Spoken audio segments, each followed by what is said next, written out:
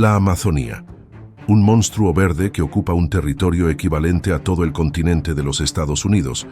Y, sin embargo, a pesar de toda nuestra arrogancia tecnológica, a pesar de los satélites que consiguen leer la matrícula de un coche desde el espacio, sabemos menos sobre el suelo de esta selva que sobre la superficie craterizada de la Luna.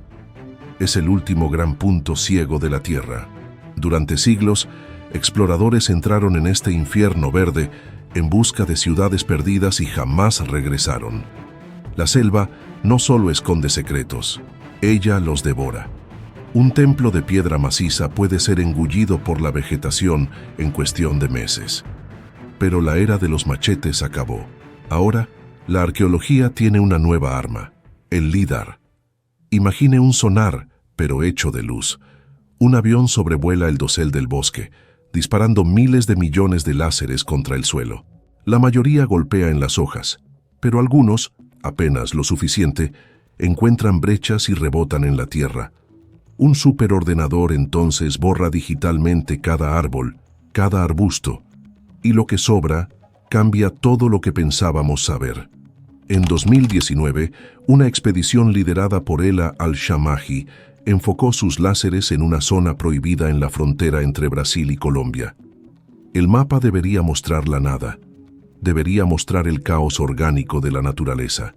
Pero cuando los datos fueron procesados en el laboratorio, el silencio en la sala fue ensordecedor. La pantalla no mostraba lo aleatorio, mostraba orden, líneas rectas, kilómetros de líneas perfectamente rectas. La naturaleza no dibuja en líneas rectas. Lo que el LIDAR reveló fue el fantasma de una metrópolis, carreteras elevadas, plazas ceremoniales y una fundación urbana que desafiaba la lógica. Pero el verdadero choque estaba en el centro de aquella cuadrícula. En la base de una cresta calcárea, los datos mostraban una forma ovalada, geométricamente perfecta. No era una dolina natural. La densidad de la roca indicaba algo artificial, algo macizo. Parecía una puerta titánica que había sido fundida y sellada a propósito. La doctora Ella se dio cuenta instantáneamente. Aquello no era una aldea, era una fortaleza. Y para sostener una estructura de aquel porte, usted necesita ingeniería de punta, agricultura a escala industrial y una sociedad compleja. Cosas que, según los libros de historia, no deberían existir en la Amazonía de aquella época. Pero las anomalías no pararon ahí. El análisis espectral de aquella puerta reveló una firma química imposible. La roca no estaba solo cubierta de tierra, ella estaba expuesta y vitrificada. Había sido sometida a temperaturas volcánicas, como si alguien o algo hubiese usado un soplete gigante para derretir la montaña y encerrar lo que quiera que estuviese allí dentro. El equipo no podía ignorar, ellos tenían que ir hasta allá, pero el lugar quedaba en el corazón de las tinieblas, a cientos de kilómetros de cualquier carretera, en una zona de tormentas violentas. Ellos creían que estaban yendo apenas a descubrir una ruina. Mal sabían ellos que la ciudad era solo la cáscara. El verdadero secreto, aquello que reescribiría la historia de la humanidad, estaba esperando dentro de aquella cresta. La jornada hasta el lugar fue una batalla contra el propio tiempo. Semanas abriendo camino en la selva cerrada. Y cuando finalmente llegaron a la base del peñasco, la puerta no fue la primera cosa que vieron. Mientras limpiaban el musgo de la pared de piedra, un grito resonó. La roca no es gris, es roja. Ellos no habían encontrado solo una pared, habían encontrado la Capilla Sixtina de los antiguos. Un mural colosal se extendía por casi 30 metros, pintado con una precisión aterrorizante. Y es aquí donde la cronología oficial comienza a desmoronarse. Las pinturas no mostraban la fauna actual. Ellos estaban mirando a fantasmas. Allí, preservados en ocre rojo, estaban dibujos detallados de mastodontes, parientes extintos de los elefantes que desaparecieron al final de la era del hielo. Había perezosos gigantes. Y olvide el bicho lento que usted ve hoy. Estamos hablando de monstruos del tamaño de minivans, que se paraban con casi 4 metros de altura y poseían garras del tamaño de su antebrazo. El hecho de estar pintados allí significaba una única cosa. Quien pintó vio a estas bestias vivas, Eso databa el sitio en como mínimo 12.600 años, miles de años antes de que cualquier civilización conocida en las Américas tuviese la capacidad de erguir una piedra sobre la otra. Pero el análisis químico de la tinta soltó la verdadera bomba. El ocre rojo no era local. Aquel pigmento específico vino de depósitos minerales a más de 400 kilómetros de distancia. Piense en la logística. Hace 12 milenios, estas personas no estaban solo sobreviviendo, huyendo de depredadores. Ellos tenían rutas comerciales, transporte de carga y una organización social capaz de mover materiales artísticos por medio continente. Eso rivaliza con el antiguo Egipto, pero estaba ocurriendo en medio de la selva más hostil del mundo. Y había algo perturbador en el arte. Los animales no estaban pastando, ellos estaban corriendo. Todas las figuras emanaban pánico, huyendo de una dirección específica. Y en medio de ese caos, una figura humana solitaria estaba parada bajo un símbolo extraño, un círculo irregular con rayos saliendo de él, un anillo de fuego en el cielo. Al lado de esa figura, puntos. Un astrónomo del equipo se congeló al ver aquello. No era decoración, era un mapa estelar. Pero las estrellas estaban equivocadas para el cielo de hoy. Ellas correspondían, con exactitud matemática, al cielo nocturno de hace 10.800 años. La fecha exacta del fin del Dryas reciente, el momento en que la Tierra sufrió una convulsión climática violenta. El nivel del mar subió, el hielo se derritió, el mundo ardió. El mural no era arte, era un aviso, un registro de apocalipsis. Ellos nos estaban diciendo que el mundo ya acabó una vez, y el camino indicado en el mural llevaba directamente hacia la anomalía que el LIDAR había detectado, la puerta sellada. El equipo siguió la base del peñasco hasta encontrarla, una sección de roca anormalmente lisa, cubierta por un esmalte mineral translúcido, duro como diamante. Y entonces los equipos enloquecieron. Las brújulas comenzaron a girar sin control. Una brújula girando así indica metales pesados o magnetismo extremo. Pero aquello era caliza. La caliza no es magnética. Algo detrás de aquella pared estaba generando un campo de fuerza. Los escáneres de vibración confirmaron, la roca era hueca. Había un vacío inmenso del otro lado. La doctora Ella dio la orden, perforar.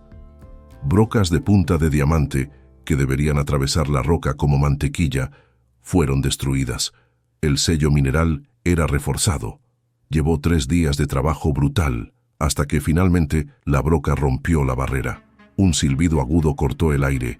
Gas presurizado escapó del agujero, pero no tenía el olor podrido de tumbas antiguas. Olía a metal, olía a ozono y tierra mojada.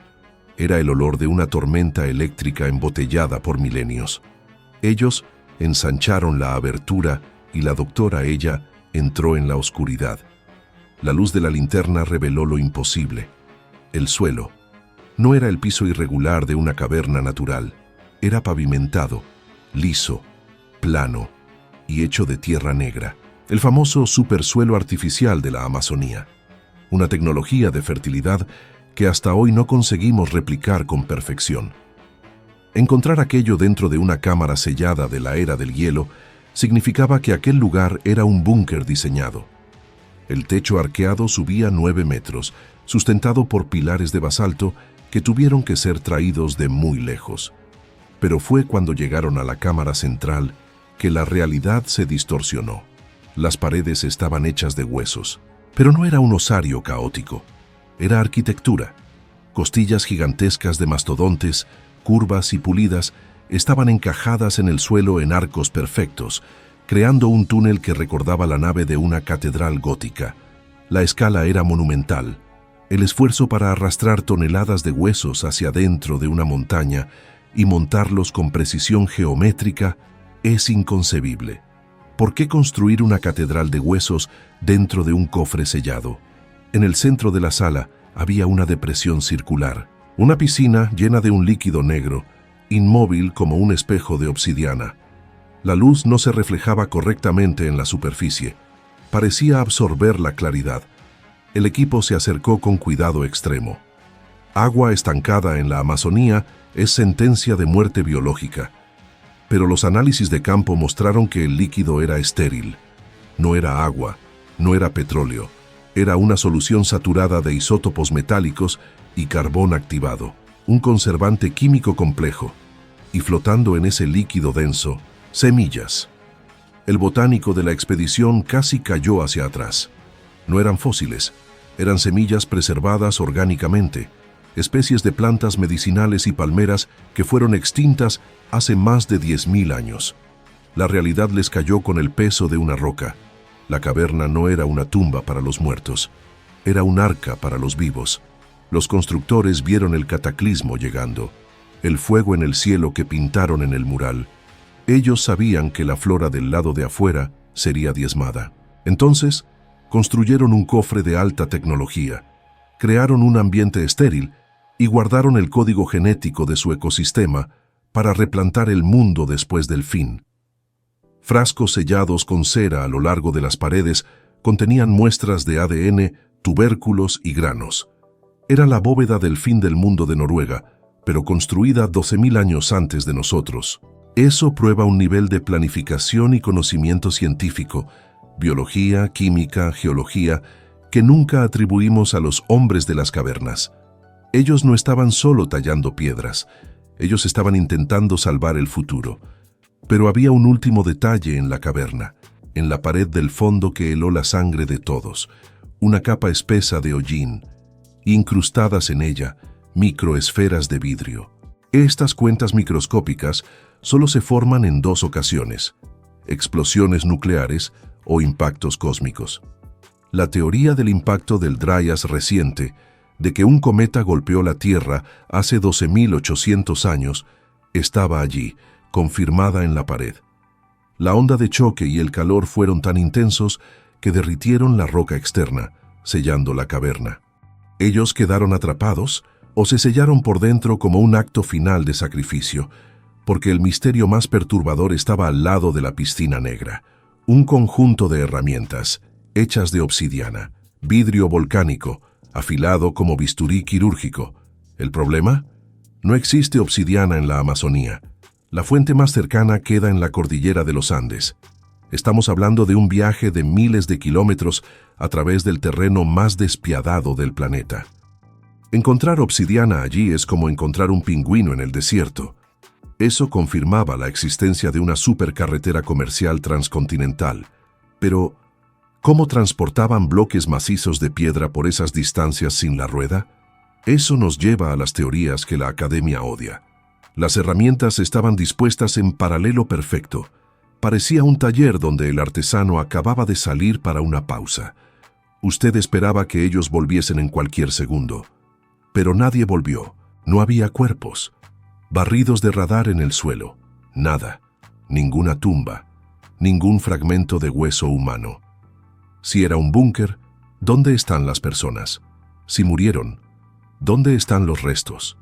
¿Por qué dejar atrás sus herramientas más preciosas, organizadas con tanto cuidado? La doctora ella susurró una teoría que hizo que los científicos se miraran entre sí nerviosos. ¿Y si la caverna no fuese para ellos? ¿Y si fuese un mensaje para nosotros? Pero otros van más allá. Ellos miran las anomalías magnéticas en las paredes, la falta de cuerpos, y proponen lo impensable. Leyendas andinas hablan de portales, de seres que, ante la destrucción, no huyeron físicamente, sino vibracionalmente. ¿Será que esa cultura dominaba una física que desconocemos? ¿O será que la respuesta está en las leyendas de las tribus locales sobre el pueblo hormiga? Seres que llevaron a los humanos hacia el interior de la Tierra a través de túneles profundos para sobrevivir al fuego y al hielo. Si el líder está en lo cierto y hay redes de túneles conectando estos sitios, tal vez ellos no hayan desaparecido. Tal vez solo hayan bajado. Lo que encontramos allá dentro nos obliga a rasgar los libros de historia. Creíamos que la civilización nació en la Mesopotamia hace 6.000 años, pero aquí, en la Amazonía, tenemos pruebas de una sociedad con agricultura avanzada, química industrial y astronomía predictiva operando miles de años antes. Eso resucita la teoría de la cultura madre. Entre los artefactos de la región existen pequeños objetos de oro que los arqueólogos llaman insectos zoomórficos. Pero coloque uno de ellos en un túnel de viento, y él genera sustentación aerodinámica perfecta, alas en delta, estabilizadores verticales. Si ellos tenían conocimiento de vuelo, entonces la distancia de los Andes hasta la Amazonía deja de ser un obstáculo. ¿Sería la Amazonía una colonia perdida de una civilización global marítima, la verdadera Atlántida, que existió durante la era del hielo? Los símbolos en las herramientas de obsidiana son idénticos a los encontrados en Göbekli Tepe, en Turquía, y en Gunung Padang en Indonesia, una coincidencia estadísticamente imposible. El verdadero tesoro en aquella cámara no eran las semillas o las piedras, era la prueba de que la humanidad ascendió y cayó más veces de lo que osamos admitir. Estamos caminando sobre los huesos de gigantes, creyendo que somos los primeros. Pero la pregunta que queda resonando en la oscuridad de aquella caverna sellada es, si ellos, con todo su conocimiento y preparación, no consiguieron impedir el fin, ¿qué nos hace pensar que nosotros lo conseguiremos? ¿Y qué más está esperando para ser despertado bajo la selva?